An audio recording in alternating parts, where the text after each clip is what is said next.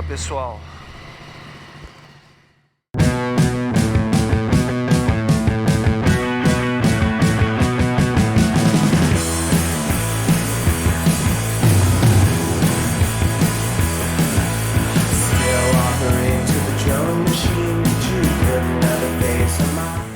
Chuva no meio da 319.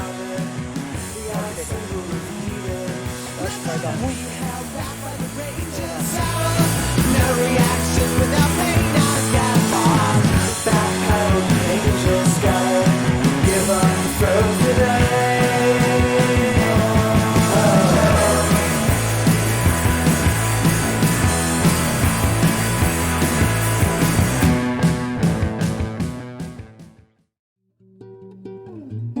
Bom, pessoal, deste ponto em diante, tenho que dividir com vocês um problema que se tornou recorrente na viagem e infelizmente me fez perder muito material. Por algum motivo, que até o momento eu não descobri, minhas câmeras pararam de gravar do nada. Em alguns casos, os arquivos de gravação se perderam por inteiro. Em outros, o microfone interno do capacete se desconectou e me fez perder boas narrações. Talvez isto seja fruto da minha inexperiência com esse tipo de atividade, ou simplesmente foi um baita azar. Mas o fato é que esses problemas atrapalharam muito a coleta de material e fez com que eu perdesse boas histórias e imagens. A única saída que tive sobre essa condição foi ter de narrar para vocês aquilo que já havia gravado e, com as imagens que não se perderam, tentar recuperar um pouco do brilho da história. Enfim, explicada a condição, vamos ao que interessa. Nesse dia, saí bem cedo do hotel, como já puderam ver, com 2 paradas programadas antes de partir para Rio Branco. A primeira foi na estação ferroviária Madeira-Mamoré, onde podemos determinar como marco zero da capital de Porto Velho. Infelizmente, já me desloquei para o local sabendo que não seria possível acessar a área, por ela estar fechada para reforma. Uma reforma que já está durando anos, mas que pelo acordo público-privado entre o governo de Porto Velho e a usina hidrelétrica de Santo Antônio já era para estar pronta. A parte privada já foi concluída, mas a pública é uma pena, pois quem é penalizado com essa demora somos nós, turistas, amantes da história, que ficamos impedidos de conhecer um local maravilhoso como este. Mas ok, vamos nos voltar para o que interessa, que é a história do local, e entender como tudo começou de forma sucinta. Após sucessivas revoltas e conflitos na região, onde hoje é o estado do Acre e que pertencia à Bolívia, o Brasil entrou em um acordo com o governo boliviano e comprou todo aquele território. Essa história também é legal, mas vamos falar sobre ela nos próximos episódios, quando estivermos no Acre. Por ora, voltamos à história de Porto Velho. Então, pela aquisição do Acre, o Brasil dispôs à Bolívia alguns territórios do estado do Mato Grosso, um pagamento de 2 milhões de libras esterlinas, hoje equivalente a cerca de 15 milhões de reais, e a construção de uma ferrovia pela floresta amazônica que saísse da região frente à cidade boliviana de Guaiará-Mirim, indo sentido rio abaixo até a vila de Santo Antônio do Madeira, um povoado brasileiro ainda no Mato Grosso. Essa construção era para garantir o escoamento da produção de borracha brasileira e boliviana, borracha essa conhecida como ouro branco da Amazônia, devido ao seu alto valor agregado na época.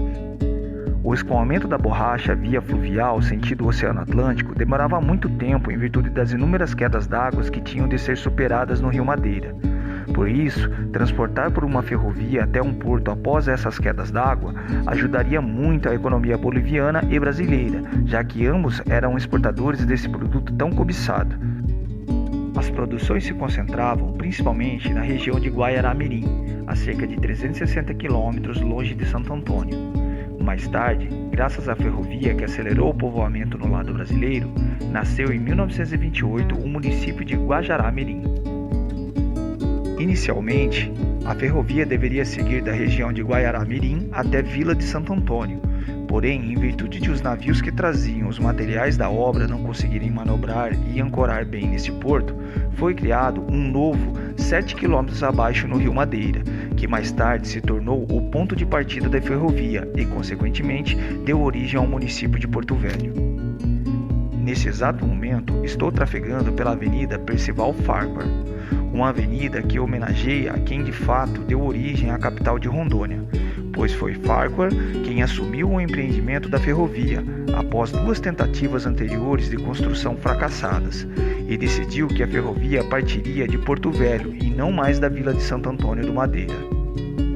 Percival Farquhar foi um engenheiro americano que investia em diversos negócios pela América como um todo. Teve participação em diversos empreendimentos de renome, principalmente nas Américas Central e do Sul. No Brasil, teve participação na criação de ferrovias, siderurgias, hidrelétricas, mineradoras, hotéis e outros empreendimentos.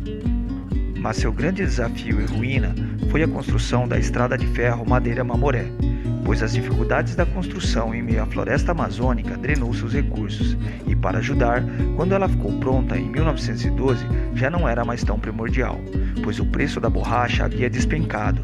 Tudo isso em virtude da oferta que os ingleses disponibilizaram no mercado por meio de uma grande e melhor produção proveniente de sua colônia na Malásia, que anos antes havia sido criada por meio de contrabando de sementes do Brasil, justamente para derrubar o monopólio brasileiro da borracha produzida no mundo.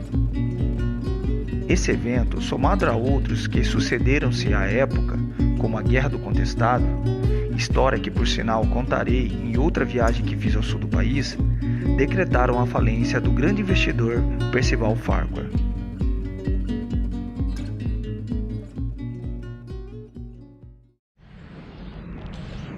Fala pessoal, finalmente estamos aqui no chamado, digamos assim, poderia se dizer, marco zero daqui da cidade de Porto Velho. Vou mostrar rapidamente aqui para vocês, ó. Essa é a estação Madeira-Mamoré, onde praticamente tudo começou aqui para Porto Velho.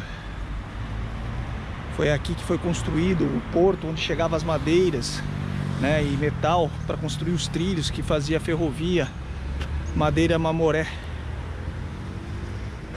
Percival Farquhar mandou construir esse porto para poder chegar às suas madeiras, porque o porto que tinha distante daqui era um porto que não era ajustável, digamos assim, não era bom para os calados dos navios, né? Então ele construiu esse porto, e depois de um tempo de tanto construir e se utilizar esse espaço, aqui acabou sendo mudado, essa cidade cresceu e acabou sendo mudado a principal cidade para cá, para Porto Velho. Bom, é uma pena que a gente infelizmente não possa entrar e conhecer tudo de perto, né, tudo mais. Eu até já comentei isso um pouco aí nos outros áudios aí. Mas já estamos felizes já de pelo menos estar aqui na frente, conseguir visualizar, né, um pouco e estar aqui nesse local tão mágico, tá?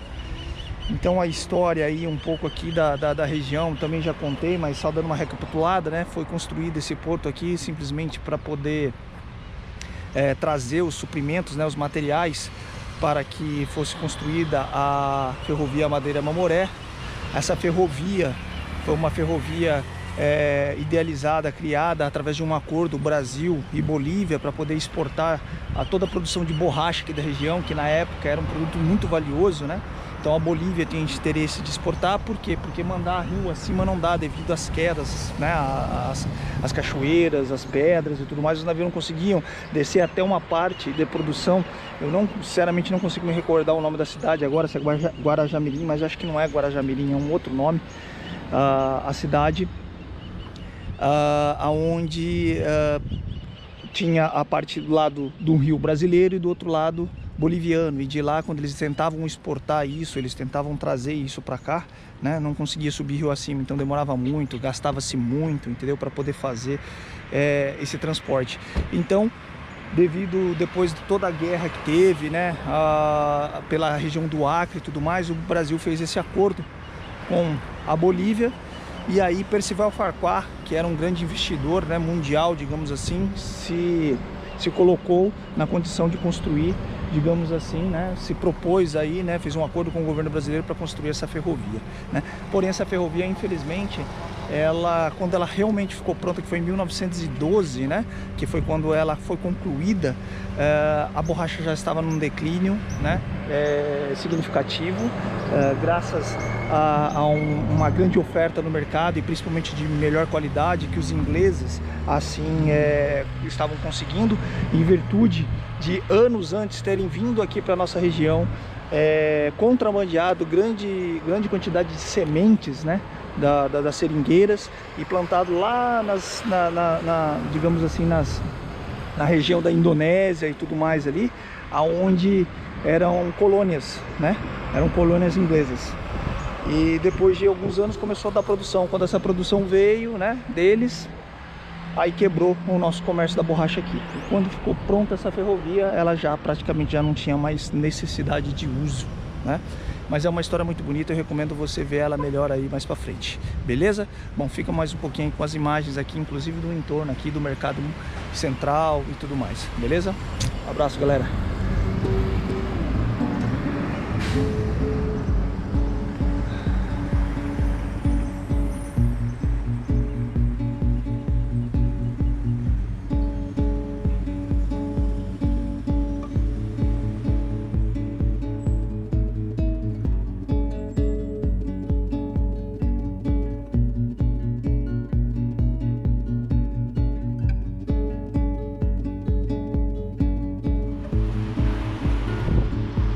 Rondon, Marechal da Paz. Isso daqui é uma réplica, acho que de um posto de telégrafo que era construído aí. Foi uma das principais missões aí do Marechal Rondon. Aqui nessa sala, pessoal, fala das expedições e demarcações de fronteiras